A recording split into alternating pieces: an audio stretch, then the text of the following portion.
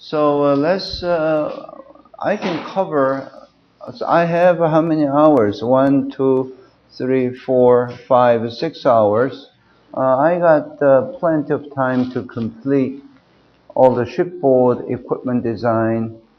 And as one problem for the final exam, you will get the problem related to designing the shipboard equipment support systems. So it's going to be fun. All right, system damping consideration for the shock spectra. You do not consider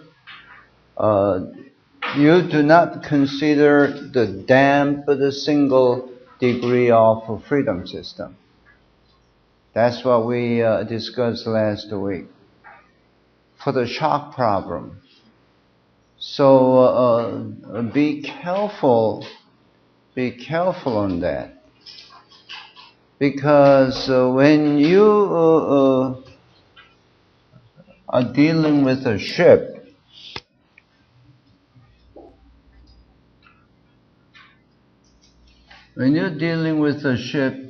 of course, nowadays you are working on the whole ship shock analysis. You model the whole ship, then you put the charge on there, then bang onto it, then you got the response for the ship, okay? So then if you have so damping to be considered in the analysis, of course you will consider damping, okay? You will consider damping in the system dampings or joint dampings, whatever, then you consider it. So here at the particular point, for example, okay, I have the analysis data, or if you conduct the shock testing, then you will get all the measurement, right? In terms of accelerations or velocity. So let's say this could be actual live fire testing.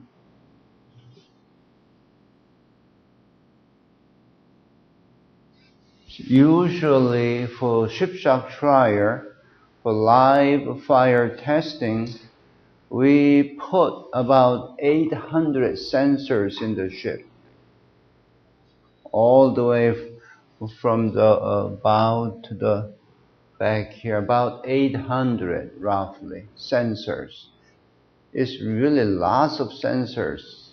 When I say sensors, the velocity meters, accelerometers, strain gauge, all that. And outside of the ship, in the water, you put the pressure gauge to measure the shock wave pressure. So a whole bunch. So live fire testing is a ship shock trial.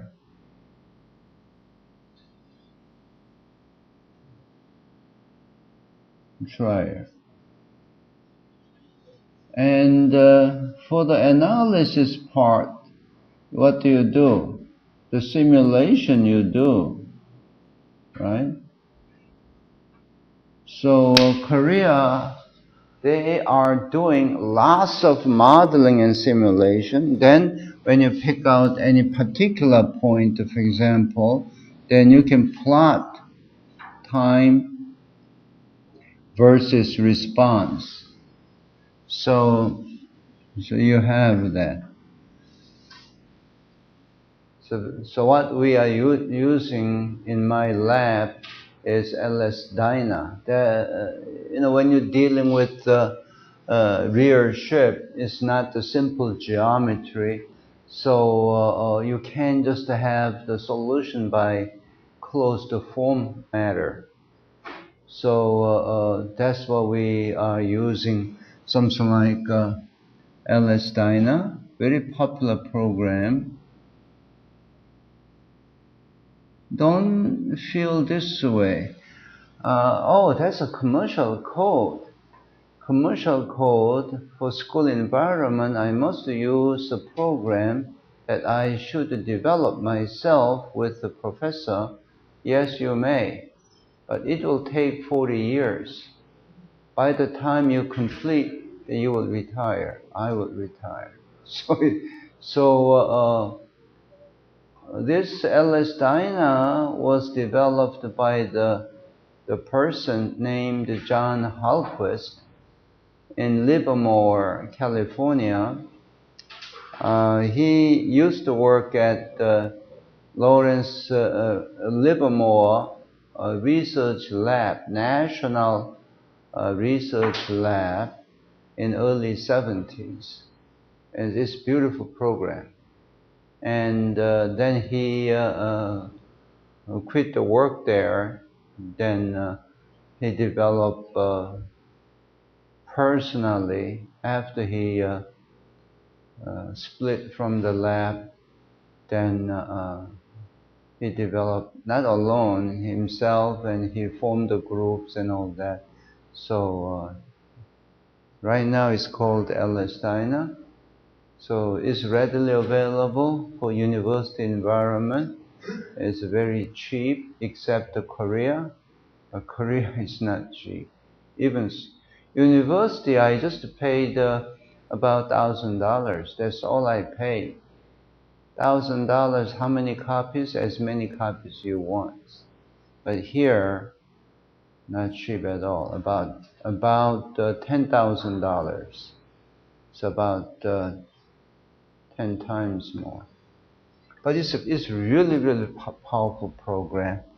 And for simulations, which we can readily available and use, is USA LS Dyna code. This LS Dyna code initially set up for structure, 3D nonlinear structure analysis purposes. So the USA is underwater shock analysis code developed by Lockheed Palo Alto, the research lab in 70s, by the name called John Durrance. He lives in Portland, Oregon now. And it's beautiful program. All the input regarding the underwater shock is here.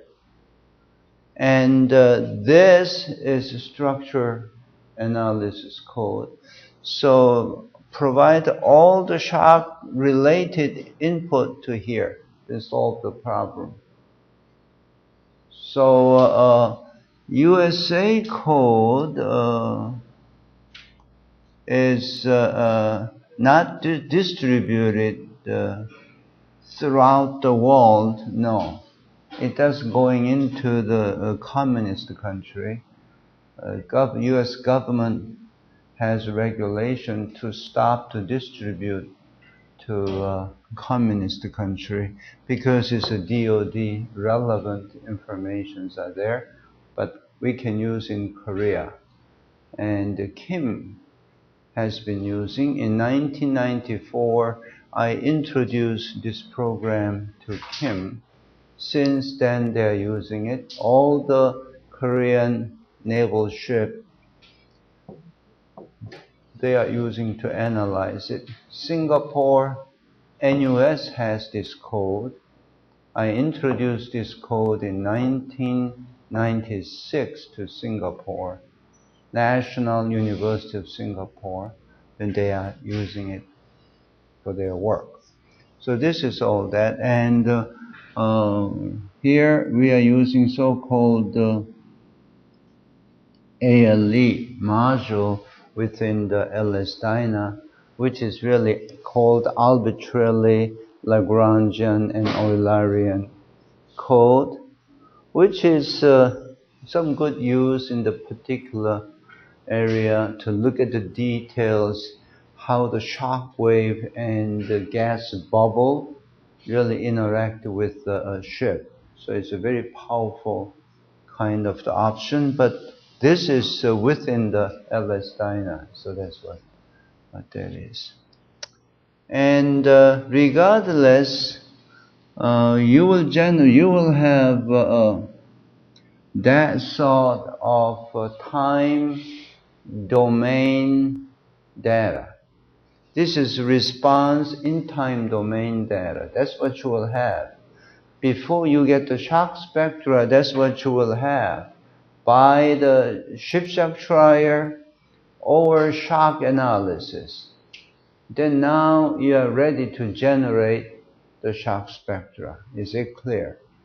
So here you can consider damping, no dampings, and all that. Some equipments here, some equipments, all the antennas all there, antennas all there, mast is here.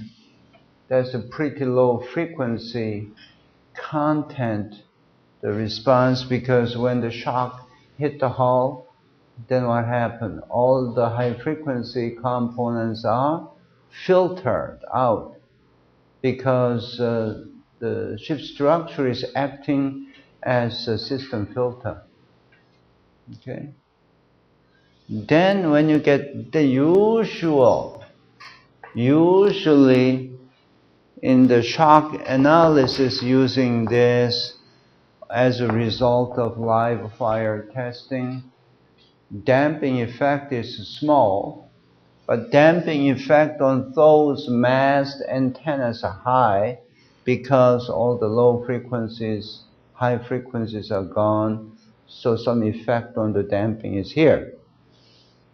So now after you got this, you're on business. So in your last minute project, something like this, you have done that through the lecture. Then you have values, you have values here, you have values on that. Okay, this is, I think, a velocity he gave you, I'm pretty sure. So now you're dealing with the undamped single degree of freedom system for the shock problem, right? So yes, yes. But for the earthquake problem, I'm just showing two, which is very close to each other. For the earthquake problem, it's a different. Earthquake problem, shock problem is concerned for the shocks, it's done up to about millisecond, few milliseconds, everything is done. But for earthquake, it's not done. For the earthquake, as I mentioned, it just goes and goes and goes and goes for sometimes 15 seconds is the one I experienced in California in 1989. But for El Centro earthquake, I think that's in Mexico, that goes over a minute. Minute is a long time. Think about you stand, when you stand, base is in motion for a minute. That's like 1,000 years. Really. So that's a long time. Here, the system doesn't have enough time that all the damping mechanisms wake up and contribute. Here, plenty of time, all the damping mechanisms wake up and contribute. So earthquake problem, you are using damped single degree of freedom system, not the undamped. Got it? So for the earthquake, still single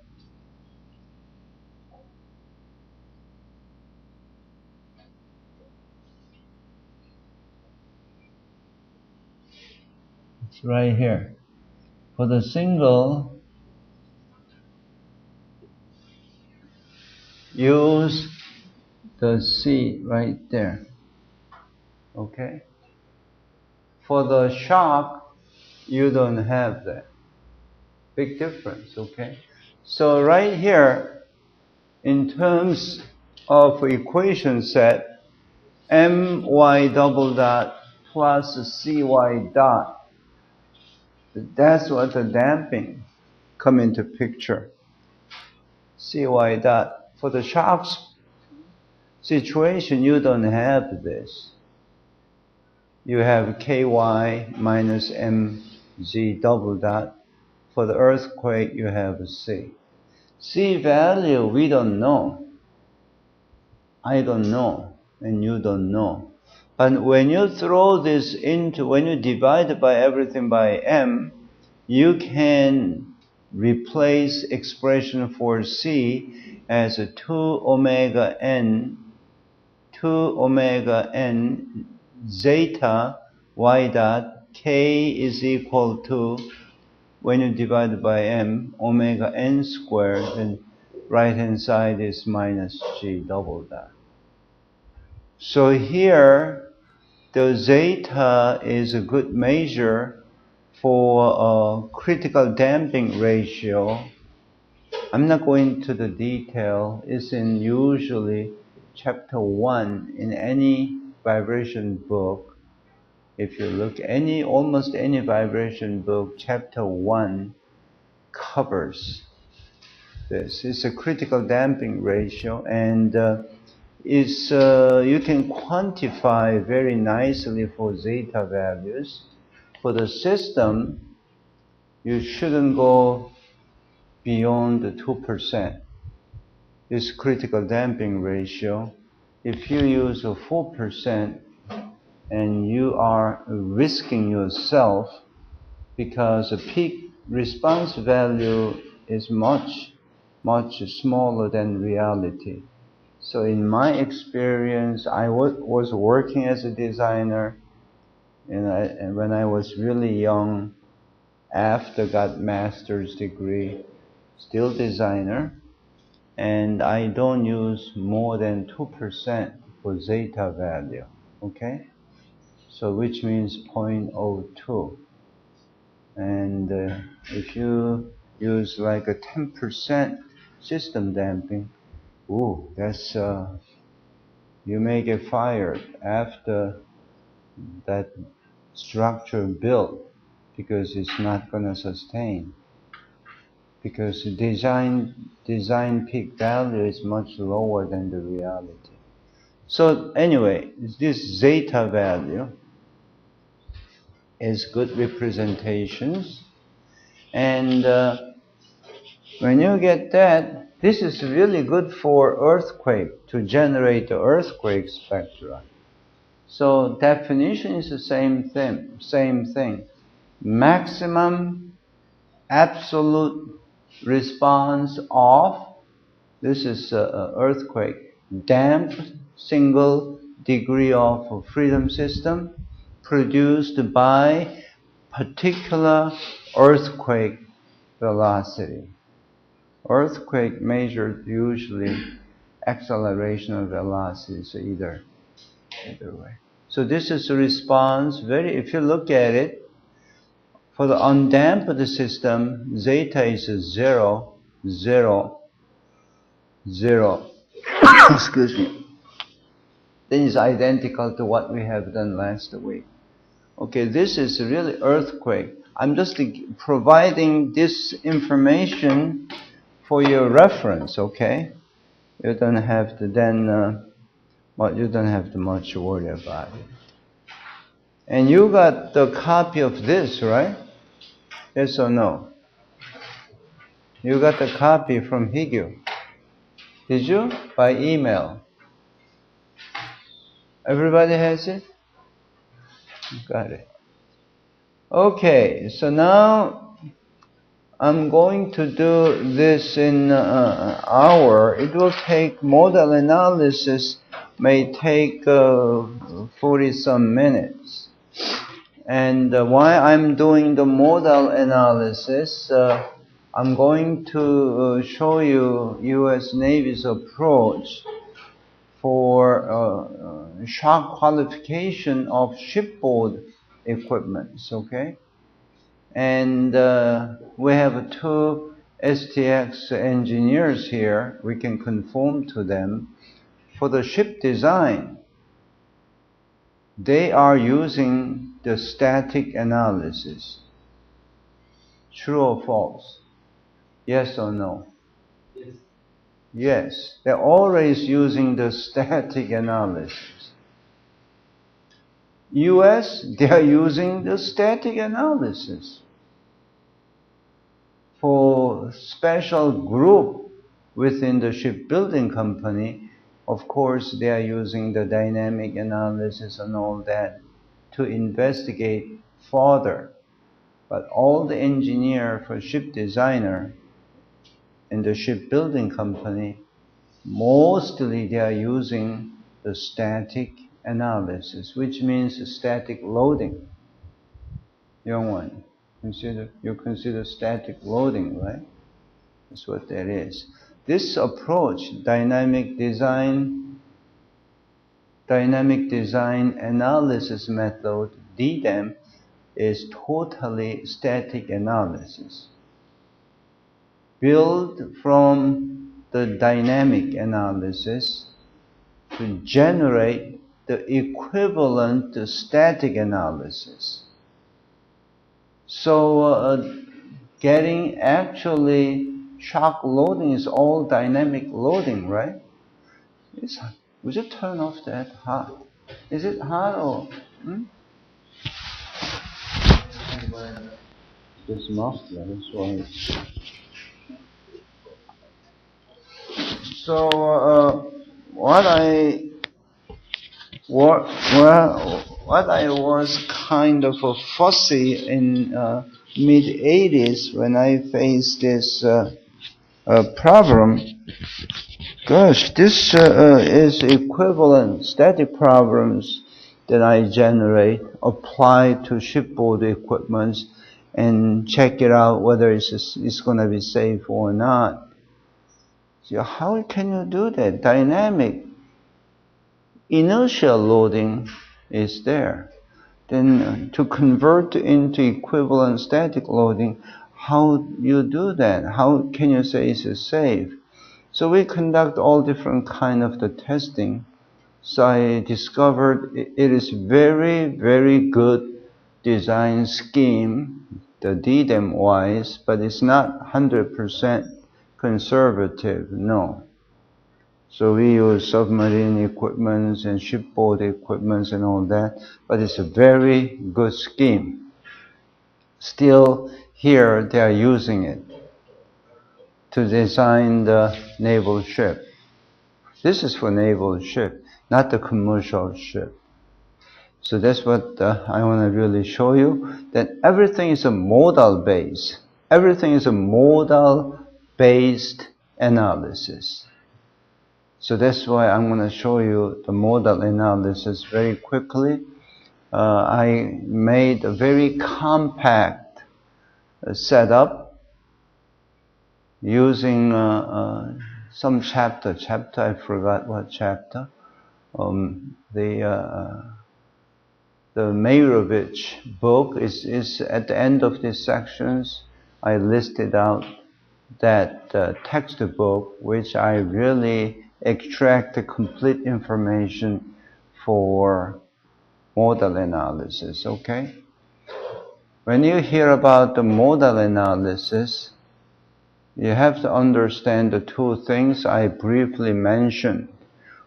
So whether you use a transient analysis, harmonic analysis, steady state analysis, you must conduct a modal analysis. There are two reasons. Anybody can comment on that? Why you must conduct the modal analysis? You know, you have any anything you can feel in your mind? Why Professor Shin keeps saying you must conduct the modal analysis when you do any dynamic analysis. 처럼.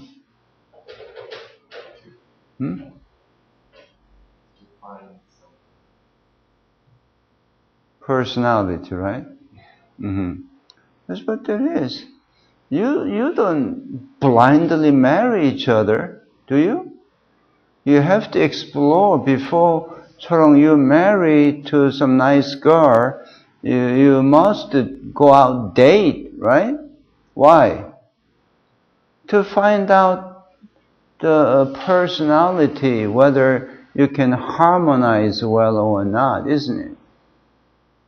Say yes. Don't just marry blindly. All the days in Korea, blindly their parents just say, hey, you both marry.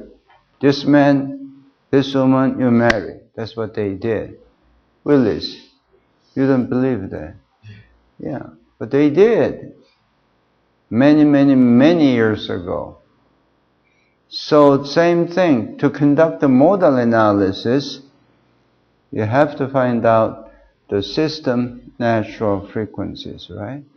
And the corresponding mode. That's the system behavior. So that's what you want to, that's the reason one of the reason you conduct the modal analysis. Well, what's the frequency the system likes it? Very important. It's all the natural frequency and the corresponding mode shape. I mentioned the other day, in phase mode, out of phase mode, that's not all, many different modes, of course. And what's another reason? Another reason would be if you take the system, physical system is a very complex system. To define the motion of the system, let's say you have a 10 coordinate, okay? It's all coupled, tangled up together. If you push one particular node or place or location, it's going to affect the motion of other location. So, but if you take that physical system into the modal space, it's very nice. When you throw into the modal space, they use a modal coordinate. If you have a 10 physical coordinate to define the system, then when you move into the modal space, then you have a 10, maximum 10 mode. Then you can define the system in first mode, second mode, third mode, and 10th mode. It's all independent each other. So you don't have to worry about the coupling. In modal space, it's all independent. So you can solve the one problem in the morning, another second problem in the afternoon, vice versa. Then after you got all the modal solution in the modal space, you throw back into the physical space using physical coordinate, then you got the solution. So that's another reason. So here, to conduct the modal analysis is a must. So that's another reason you should learn this. But for DDAM analysis, you need this. And the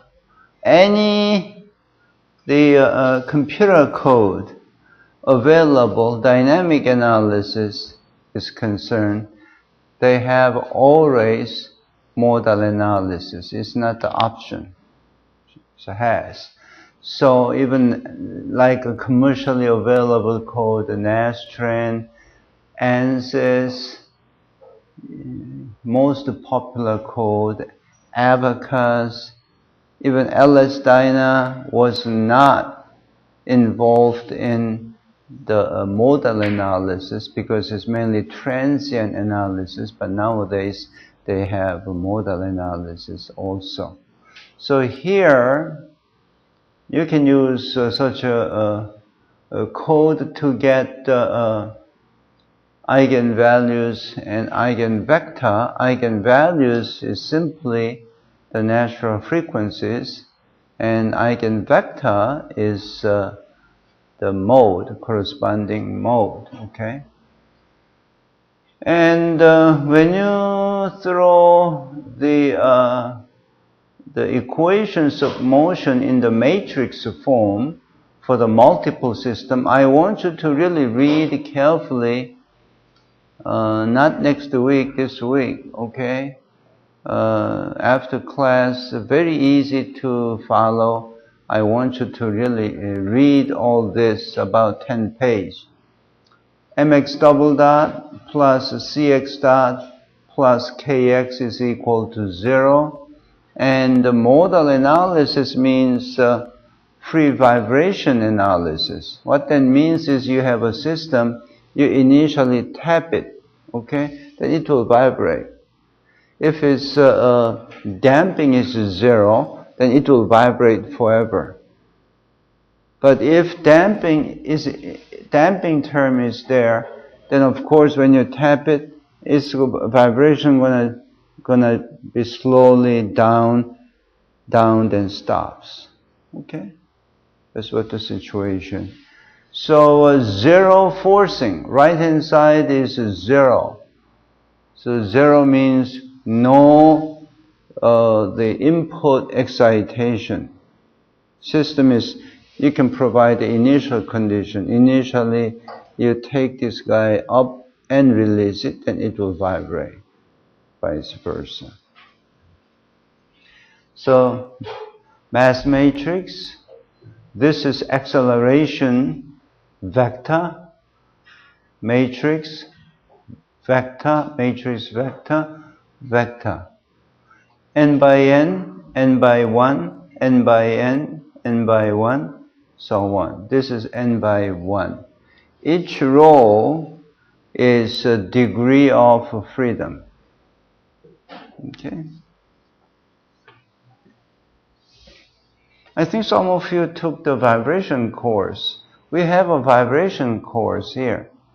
Professor Il-Kwon-Oh is teaching the vibration course related to ocean systems. Some of you are taking. Charong, you are taking? Jongwon, you are taking? Yeah. So this is really beginning of such a courses. And here is a simple example problem to really see what the vibration, what the modal analysis is. How many masses? How many degrees of freedom in this system? 3.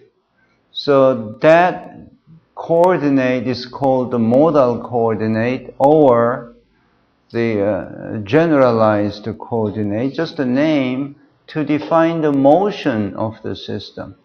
Motion of the system tied down with the mass. 3 masses, and direction is confined here, saying that it's only move in that directions, okay? So, the motion is confined, only this direction. Then to define the motion of M1, M2, M3, then you need 3 coordinate in this system. So it has 3 degrees of freedom system. How many mode? Jongwon, how many mode? Louder. 3. Maximum number of mode is same as the total number of coordinate to define the motion. It's a 3. Okay? Generally. How many springs here? 4. How many damper? 4. Whether there is a 4 damper, 5 springs, 6 springs, that does not showing the number of degree of freedom. Degree of freedom tied down with the number of mass. So it's a 3 degrees of freedom system. So now you have to another, like this is like a ship propulsion system, regular ship, or the any commercial ship or the naval ship which have a turbine is a propeller. Then this is ball gear, this is pinions, and this is gear, pinion, low pressure turbine, high pressure turbine. If you have 2 screws, propellers, you have 2 systems, vice versa. You can cast into the finite element model, then you can solve it. Finite element model is approximations, okay? You break it down. This case is a discrete model. You relate to, this is mass, polar moment of inertia, mass. This is a torsional stiffness. Theta 1 is a variable to define the coordinate, vice versa. This is a sample. This is axial kind of the motion. Force applied to the one side here, then axial spring. Okay, this is a mass, break it down into pieces. That's what the finite element method uses. Break it down into pieces. So you can break it down this, in this case 1, 2, 3, 4, 5, you break it down this axial column as 5 mass. You can make it 10 mass, 20 mass. So then as you make more masses, more springs, things like that, then it's close, the solution is close to the actual solution. But we can leave, as an engineer, we can leave with like a 5% error. Then it's quite acceptable. So that's the reason we use approximation. That's what the finite element method or finite different method is. Mass, damping, and stiffness matrix of 3 degrees of freedom system is, of course, mass matrix is a 3 by 3, and the damping matrix is also 3 by 3. K is also 3 by 3, and the vector, this x is the x1, x2, x3 vector. Then up to here, I want you to, you don't have to turn in, but I want you to, using the Newton's second law, forget about energy method or other method you learn in vibration class. You know the Newton's second law, right?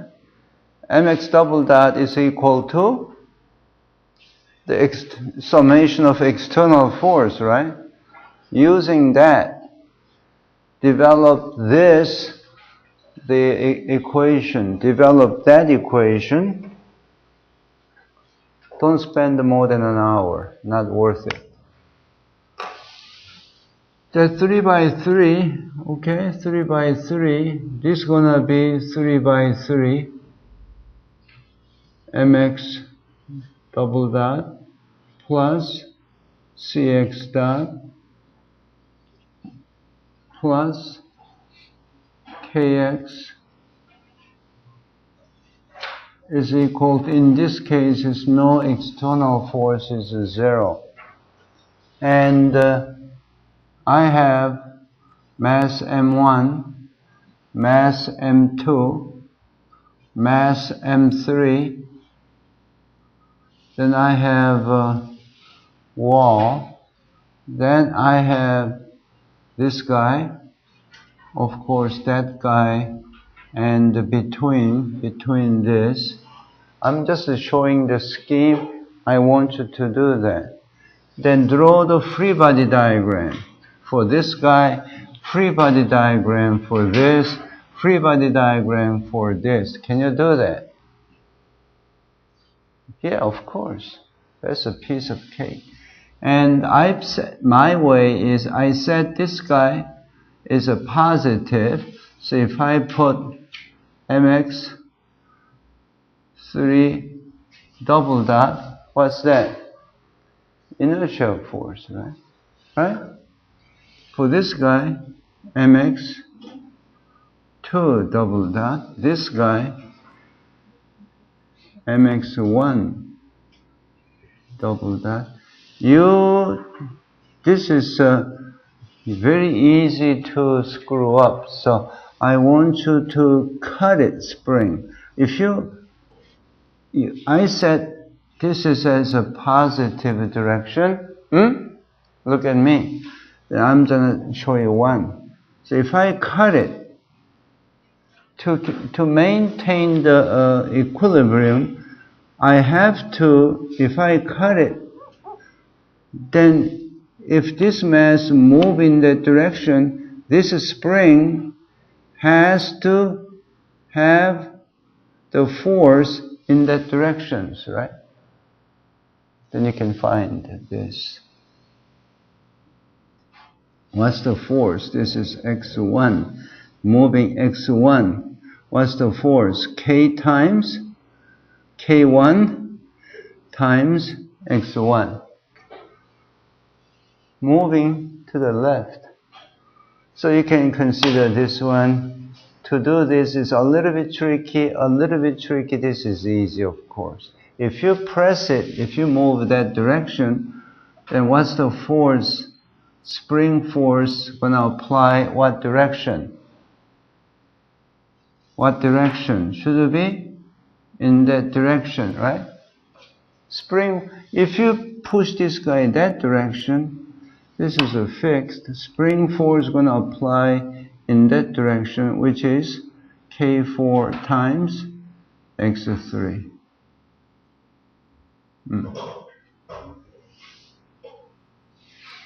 Vice versa. Then write each item, each M1 x1 double dot is equal to summation of all the external forces. M2 x2 double dot is equal M3 x3 double dot is equal. Then you cast into the matrix forms like this. Do that. Bring it on Wednesday. Which means do it before Wednesday morning. Okay? Shouldn't take more than an hour.